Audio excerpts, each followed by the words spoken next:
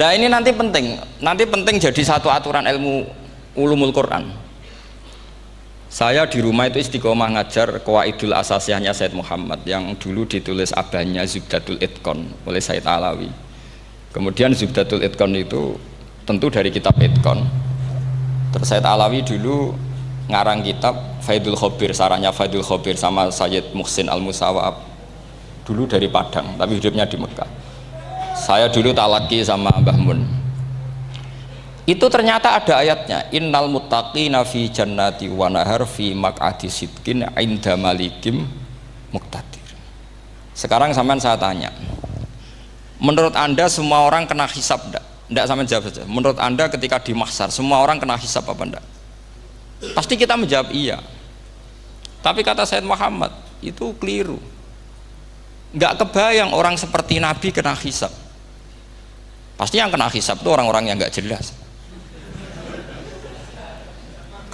Nah, misalnya Nabi jelas baiknya, harusnya ya langsung nggak kena hisab. Karena tidak mungkin seorang saksi kok diaudit, tidak mungkin. Lo saksi itu di pengadilan kan nggak tersangka, nggak terdakwa, dia tidak boleh diintervensi oleh hakim. Nah, Rasulullah ketika kiamat, ketika fil mahsyar, fi faslil qada itu jelas, fa kaifa idza ji'na min kulli ummatin bisyahidi wa ji'na bika ala haula'i syahida. Rasulullah sudah dekat Allah, pas mahsyar itu ada Allah, ada Rasulullah, ada Jibril. Kemudian Nabi itu mengidentifikasi, ditanya sama Allah, bener mat ini umatmu? Ya, niki umatmu ya. Kalau yang nggak jelas ya Nabi lama jawabnya. Makanya kamu jangan jadi orang nggak jelas. Nah, itu kalau sekali nggak jelas itu Nabi lama sekali jawab. Nah, artinya begini, yang kena hisab itu meskipun kata Said Muhammad, meskipun Dhahirul Quran itu menetapkan asbata umumal hisab, tapi zahirnya Quran yang sama juga menafikan hisab. Itu karena nggak mungkin, nggak kebayang kita malaikat berani menghisab afdhalul khalqi. Sama bisa bayangkan malaikat mengaudit Rasulullah SAW, ahabbal khalqi ilallah, kepen cilaka mencit ya. Wong jajar Allah kabeh dinten audit sudah indah. Fa kaifa idza ji'na min kulli ummatin bisyahidi wa ji'na bika ala haula'i syahida. Lalu mungkar nakir juga sama. Sampean bisa bayangkan mungkar nakir tanya Nabi Muhammad. Tesnya susah. Karena kalau Rasulullah terus ditanya, "Waman nabiyuka?" Wah, itu kan bisa kiamat itu.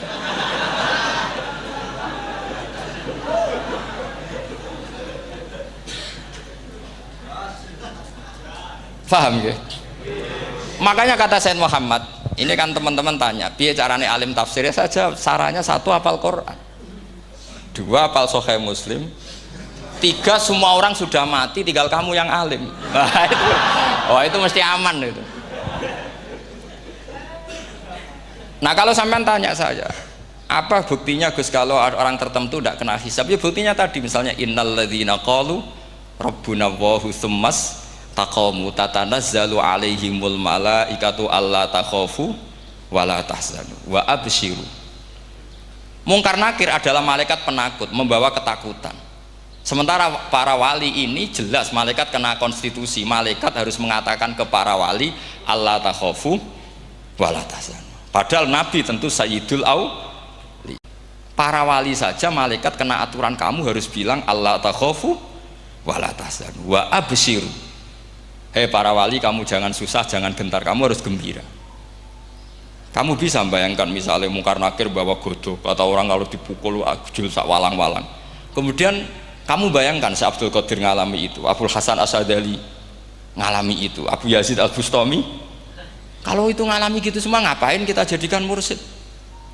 Kan sama nasibnya dengan kita. Nah, Zahirul Quran mengatakan asbatal hisabah.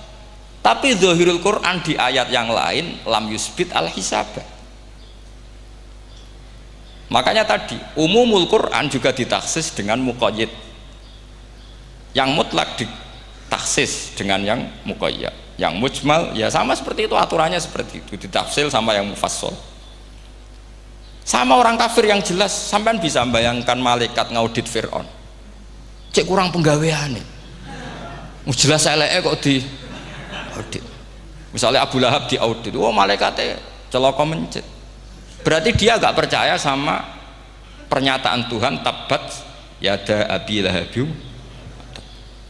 Malaikat kok ngaudit Abu Lahab. Mungkin Gusti kula ceke. Nak menawi wonten api. Lho ki ora tau ngaji Quran tapi wong ayate tabat yada kok cek di cek. Nah, yang seperti ini masuknya kategori ulaikal ladzina satruse mereka yang kafir bi ayati rabbihim wa liqaihi fahabitos a'maluhum fala nuqimu lahum yaumal qiyamati wasna. Jadi ada orang-orang kafir yang jelas kena aturan fala nuqimu lahum yaumal qiyamati wasna. Jelas kafirnya ya gak kena hisab, yang jelas nabinya, jelas wasinya juga gak kena hisab. Yang kena kita di tengah-tengah. Tapi ilmu itu ikut mainstream karena semua orang bilang ada hisab ya kita ikut-ikutan bilang, ya sudah gitu saja. Tapi kalau aslinya ya rapati percaya. Umumnya uang gerono mati ditalkin ya kita melok-melokan nalkin. Tapi kalau kadang ya gak kebayang. Piye nak wali-wali ditalkin. Makanya ada di dunia wali itu ada cerita Rabi'ah Dawiyah itu termasuk keramat beliau itu. Kali Imam Sibawi kan dalam cerita wali kan ditanya marabbuka ngapunten niku man mausul nopo istifham. Wah itu malaikatnya ndak pernah khataman alfiyah kan repot. Kalau Rabi'ah Adawiyah lebih parah lagi itu beliau tuh nangis sekeras-kerasnya, nangis terisak-isak, dia tersiksa. Ya Allah, engkau itu zat yang paling saya kenali dan harusnya semua makhluk itu kenal engkau. Tapi ini hamba engkau tanya engkau itu siapa? Itu kan ini orang aneh kata gitu. Karena Allah itu adharud dzahir kata sampai Imam Sibawi silakan a'raful ma'arif. Jadi wong ora Allah wis geblek tenan dari Imam Sibawi.